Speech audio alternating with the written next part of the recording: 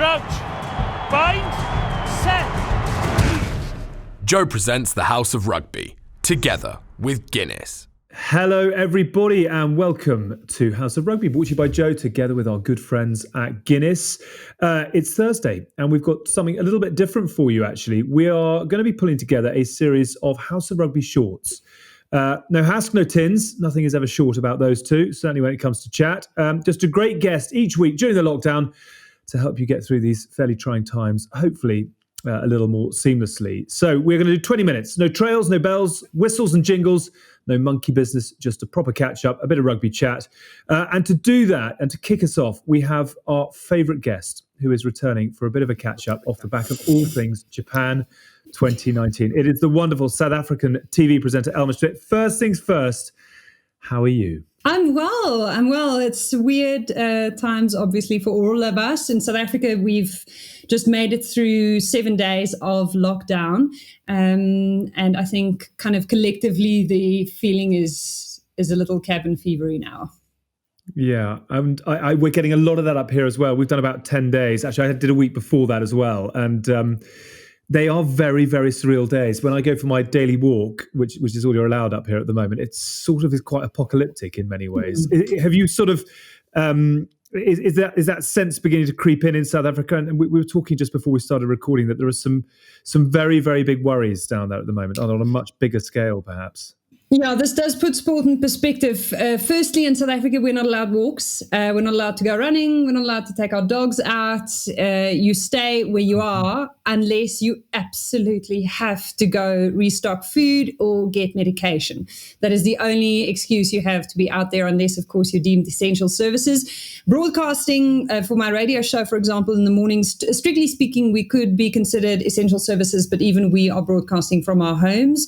Not for our own sakes, but for the sake of our countrymen. In South Africa, we obviously have many very vulnerable people who have drug-resistant TB, who are on ARVs because they're HIV positive, or who live in informal settlements in close confines already. There's very little that people who are that disadvantaged can do to social distance. And so if you can, you're going out of your way to not be in touch with people as much as you can.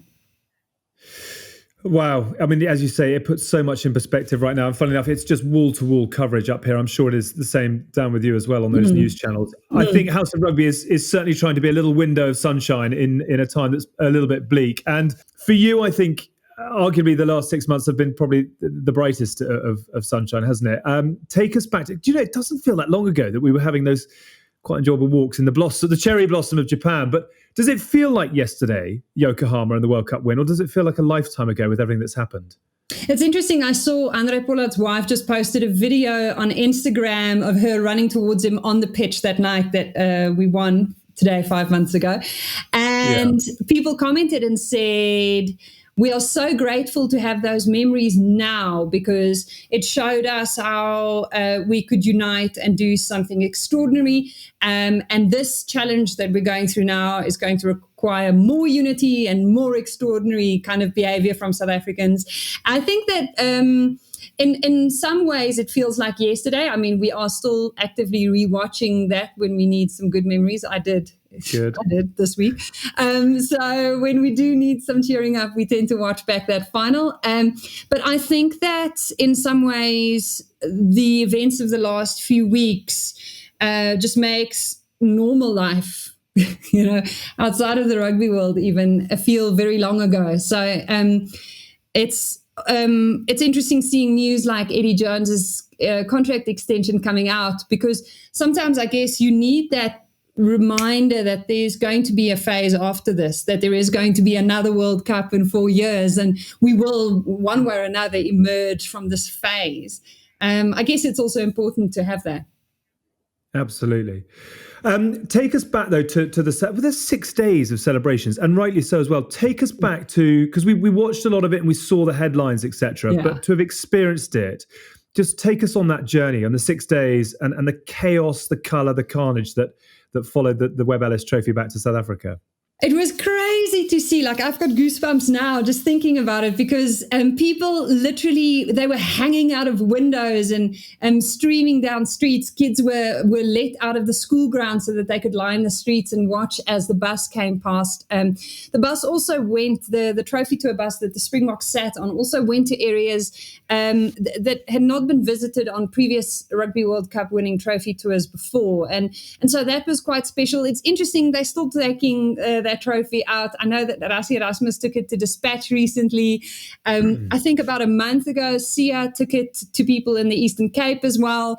And so it's still doing the rounds at this stage. But those first few weeks just seemed like, we were really milking it for all it was worth. But it was really good timing. I think that the way that at the end of last year worked out, even now in hindsight, just seems like it was the perfect, amount of celebration. At the time, a lot of people went, "Oh, how long is this going to go on for? People need to realize that this doesn't change anything. People are still going to bed hungry."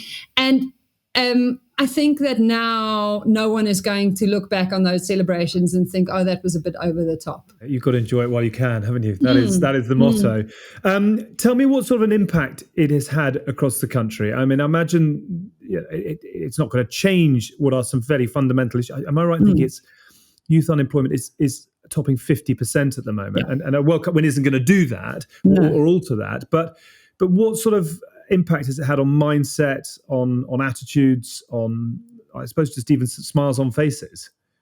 Yeah, I think that it's definitely changed the way we view ourselves to a certain extent, that there is this kind of thing that we tell each other now whenever we face something tough. We're a bunch of winners, and people have made jokes kind of in the wake of even this virus that we could beat the rest of the world, we can do this, so it's definitely changed, I think, a bit of our perspective on ourselves, even though, as you say, it doesn't actually change the unemployment levels, the really big things. Tell me about the impact of all things Rugby World Cup on, I suppose it wasn't a huge amount, but what Super Rugby we did have this year. Yeah, so for us, Super Rugby got underway a few weeks into the year. We had 6 or 7 weeks of action before everything was interrupted. And the main headline from it was that the Stormers suffered an immense amount of injuries. Literally, their Springboks, one after the other got picked off, it seemed. First it was saved by Jamie Roberts, no less. Yeah, well... He went all right, didn't he? The poor guy had to go home now. So his 6-month stint in Cape Town got cut short as well. And so the Stormers suffered an immense, literally eye-watering amount of serious injury. And then the Sharks put on such amazing performances. They had a phenomenal tour. They looked like they were really building a very special campaign, one that saw the backline playing with great confidence and, a bit of swagger. And then the CEO also very directly talking about the transformation that they've achieved at the Sharks, and the fact that they've achieved it not by being color blind, but by seeing color, by recognizing it, and by looking for ways to promote transformation in their structures at all levels. And so a lot of the conversation, outside of what was actually happening on the pitch was structurally what the Sharks have gotten right over the last while that has now come to pass. Tell me more about Jake White's appointment and how that's been received. So I spoke to Jake just when the announcement was made for radio, and it was interesting because I said to him, "So are you, as the director of rugby now, the coach's boss, or how involved are you going to be?" And he said, "No, it's going to be a lot like how Rassie Erasmus is the director of rugby now at the Springboks, but he's still very directly involved with coaching."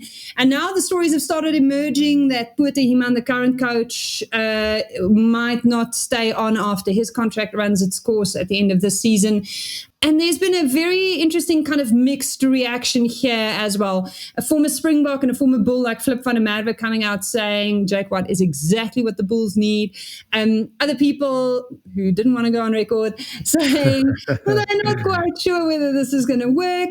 It's interesting because the Bulls are on such a low ebb now that if you are going to join a club as the director of rugby, this is probably the kind of state that you want to find them in, so that you can move them forward, and it should hopefully not be that hard to improve their fortunes. They're definitely the lowest performing South African team, I think, this year, and especially considering the expectations we had for them. They do have great talent, and they've got the promise of Dwayne Vermeulen returning in June, July. I mean, obviously we'll see when rugby really resumes, but the promise that maybe more players, and that's what he was confident about. When I asked him, what are you doing? He said, I'm busy recruiting. He's at his holiday home in Hermanus right now during lockdown, busy recruiting players. And he backs himself to recruit some South African players back from overseas, back from Europe and the UK, because he says the coronavirus is definitely going to change the way the world works. People will want to be closer to their family members. And we have the Lions Tour on the horizon next year. More players are going to want to play locally to prove their worth and hopefully get, if not into, then back into the Springbok setup. I want to finish with the Lions because already that people are, we've got so much time on our hands, people are just starting to pick their Lions 15s in this part of the world. Interesting on Jake White. The other thing, which actually producer Size has picked up, he said that, did Jake talk to you about doping in rugby? Because funny enough, in early part of this year, there was some quite big stories coming out about the problems. And I think it was, I can't remember who, it was one former South African player saying that if we don't wake up to this now, we've got a ticking time bomb on our hands. I mean, tell me about what headlines have been made down there. Yeah, so it's interesting because I think the whole thing was put back on the agenda by a story that the BBC actually ran. BBC Sport ran with a really long, in-depth story on this. And a lot of the information cited in that story was actually included in another article that had already come out here about a year and a half ago. Some of the data was actually a bit older. Now, that doesn't mean that the data doesn't actually prove it to be true. It is. And so that's why a player came out and said, listen, this is a serious issue. A lot of the conversations being had down here around doping is that it is a symptom of a bigger problem, which is that rugby is too professional, too young. Too many underage players are working too hard to try and get that first big deal, because then they're on a highway to success, or that is considered to be how to get onto that highway of success. And I think what was interesting about what Jake said, I asked him about this right at the end of the interview, because I was afraid if I'd asked it earlier, it would tick him off and then the entire conversation would just die out. So timing is everything. Right until the end, and I said to him, it's a difficult topic, particularly as a director of rugby, but you have a voice and a prominent platform from which to speak to this issue. What do we do? And he said he wants young South African players at school to know that they are good enough. You are good enough. You do not need supplements. You do not need doping in order to make it. We have immense talent in this country, great opportunities, amazing structures, systems, and coaching. And as a young player, you should back the environment that you find yourself in, because you will get there if you have the talent and the determination and you work hard enough. There is enough around you to equip you with the skills needed. And I thought that was quite a nice holistic message, but he did also say that he is going to try and work closely with age group structures, so that it's not just a message that's coming from on high, but that they can maybe draw that at home and convince parents and educators and other people who work in age group structures that this is something that we need to address directly and not try to ignore or hope that it might go away. But I do think that that kind of professionalization issue at age group level is probably the root of this evil. Very interesting. Very interesting. We'll obviously watch the space. Quick word. Jake now obviously at the Bulls. Rassie still at the top of the box. Is that a harmonious relationship? Two big men, both World Cup winners, both with big opinions. Natural bedfellows, or is that one to watch as well? It's one that I'm certainly going to be watching closely. I did ask Jake about this, and he said he knows what it's like being the Springbok coach. He understands the demands of the role and how crucial it is to have the buy-in of the franchise coaches of the so-called Big Six. He acknowledged this and said that he understands his role in the greater scheme of South African rugby and that he plans to work together closely with them. But there are also people in the industry who say that they'd like to see this actually happening and, see it to believe it. I do think that we need to give Jake White a bit of a gap here. He's got an immense amount of experience. He's spent a few years in Japan and in France coaching. And he's obviously got Australia, the list is endless, for a while. I mean, a lot of people point to his time at the Sharks and saying, if he was such a good coach and so appreciated in South Africa, why didn't the Sharks want him back? But I mean, John Mitchell is the kind of coach who, after he didn't have a great experience at the Lions and got the position at the Bulls, a lot of people said, we don't think that this guy works well with South African teams. Why are we giving him another go? And it turned out to be a genius move for the Bulls. Players like Handré Pollard and Jesse Creel and Louis de Jager all spoke so highly of being coached by John Mitchell and really responded to the same guy who didn't enjoy a lot of support when he was just down the road at the Lions. And so from that experience, I think we should learn that just because it didn't work in one environment doesn't mean that it's not going to work in another. Different unions have different cultures. They're in different kind of stages of development. And at the Bulls, they do have a lot of young players who could probably do with a firm hand and with a director of rugby who pays a lot of attention, and it comes with a reputation as someone who gets teams to, do well, win World Cups. Which, yes, not too bad at that in your part of the world. One thing that has been very noticeable, I don't know when he did it, but Rassie has joined Twitter. Who'd have thought it? And is actually putting out some really good content. Yeah, it's been interesting. What have people made of it all? I was stunned. When I saw it happening, I thought, is this for real? Got to be a spoof.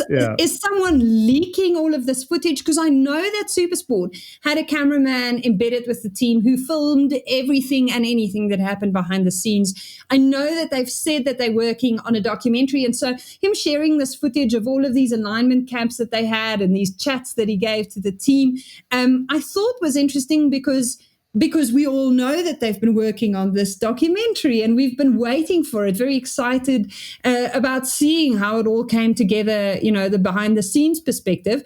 But it's brilliant to see him doing this on Twitter because not many coaches put themselves out there. And I think a lot of the stuff that he shared until now has been received really well. So I don't think he's going to go anywhere. I think he might have struck gold with his approach here. Well, absolutely. It's some really, really good content, actually. It's fascinating to see. I mean, he was always known as a sort of a professor of the game, but it's been brilliant to kind of see. And Si's just said he follows nobody. And I mean, that sort of sums up Rassie, really, isn't it? He's here to help, not here necessarily to see what others are doing. One thing I do want to ask you about is obviously Jacques Nienaber now comes in. He'll be the man in charge for the Lions next year. Munster fans will know him very well, obviously, from his time at Thomond Park. Is it a natural progression for him, or has it raised an eyebrow that he comes in to sort of hold the reins with Rassie just over his shoulder?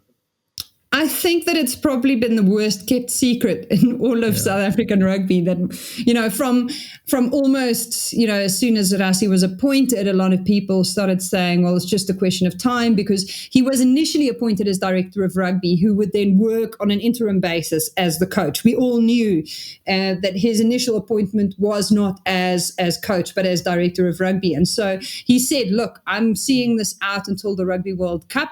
As soon as that's done, I'm going back up to DOR level, and then someone will be appointed. Now, obviously, him and Jacques have worked together for many, many years. They really get along well. And if it works, why mess with it? Yeah. It certainly does work. I'm conscious of time. Two things I'd love to finish with. One of which is South Africa joining the Six Nations. I will be honest with you and say it wasn't hugely warmly received in this part of the world. What about with you? I think that South Africans are keen on playing in the Northern Hemisphere, even if only for the fact that we won't have to have our international rugby for a few months of the year with breakfast. We'd be able to watch it in a time zone that is more convenient to most of us. With a braai and a beer. With a braai and a beer and a cold one, yes, of course. Yeah. So some afternoon rugby would be a welcome change. Of course, the fact that the entire world has now been put on pause does give sport probably a unique opportunity, if not an immense amount of headache in terms of how do we restructure, how do we rebuild, where do we go to from here? And you do have to feel, considering the movements that's kind of been threatening in the background for the last 2 years or so in international rugby, talks of an international season, maybe this is just the time that we needed to make a change. It does just make so much more sense from a fan perspective. And remember, fans are the people who make the sport a commercial concern, that they are the clients who make the entire business viable. And if you put the fans first and foremost in your mind and you go, what serves them best? If they want to watch their rugby in the afternoon and they don't want to have to do it first thing in the morning, 7 a.m. on a Saturday, then serving them international rugby in their own time zone might be exactly what is required. Of course, unfortunately, this does leave New Zealand and Australia out on the edge in the bottom right-hand corner of the world map. But that's actually where they've always been. And maybe a bit of a restructure does also grant opportunity to other international sides that are closer to their time zone. I don't think that there is an ideal solution to any of this. There are pros and cons no matter how you cut this, but I don't think that South Africans are entirely averse to the idea of playing more test rugby in the Northern Hemisphere, as long as it's in the Northern Hemisphere in our time zone. So briefly, do you think that South Africa will push for Six Nations entry, or do you think they will just see how the cards fold? I think it would probably be a big commercial consideration.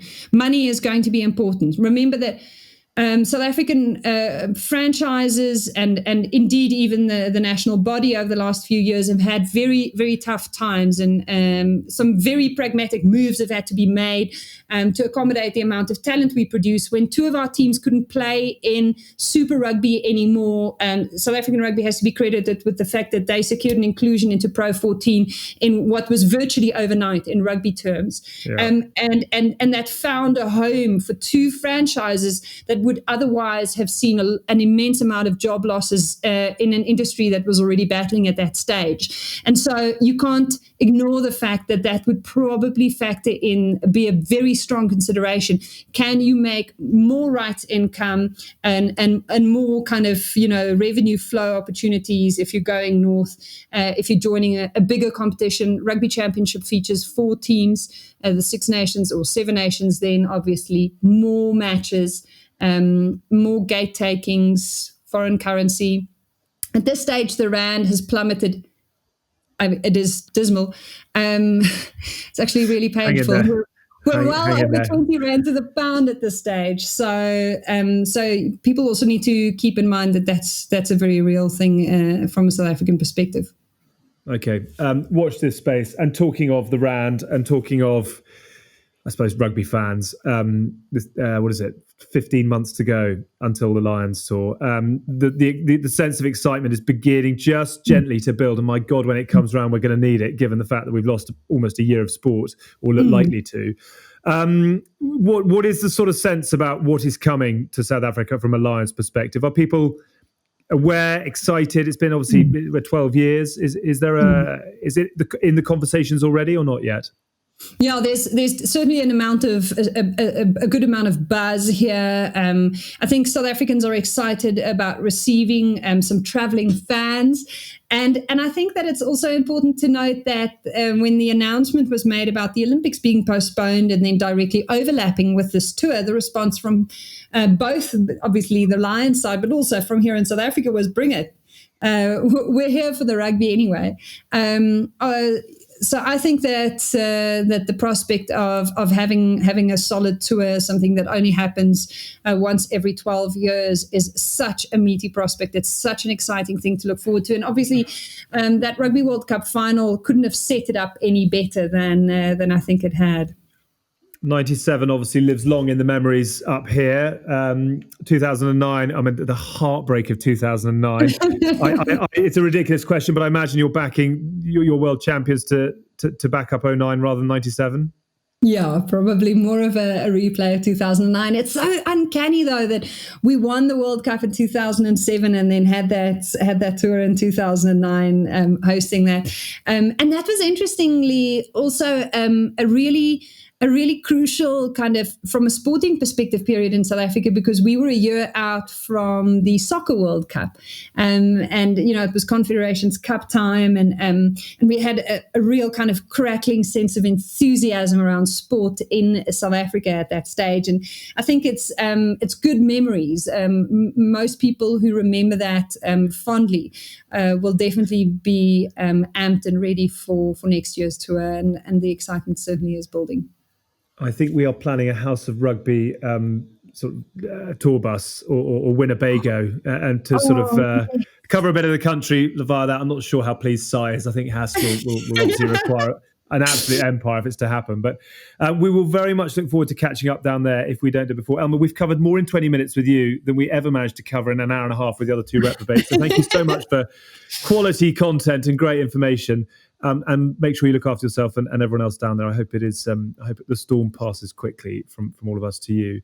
That is it for this week. Thank you for watching, and thank you for listening to our House of Rugby Short. We're obviously a podcast and a YouTube show, and that's where you'll find this week's main episode with the inspirational Ed Jackson, where he discusses his remarkable comeback from a broken neck. Don't forget, you can also dip into our entire back catalogue, which is available on both mediums. We've also got a very popular Facebook group where hopefully you're all being nice to each other. Just search House of Rugby. And don't forget to check out our Instagram as well, @RugbyJoe. Thank you once again to the wonderful Elma. Look after yourself. We'll be back next Wednesday with one of the legends of the Welsh game. It is the Sheriff himself. Doff your cap, please, to Mr. Ken Owens. Hask is on for that one as well. Till then, have a great weekend. Stay safe, look after each other, and we'll be seeing you soon. You've been watching the House of Rugby on Joe, together with Guinness. Drink responsibly. Visit drinkaware.co.uk for the facts.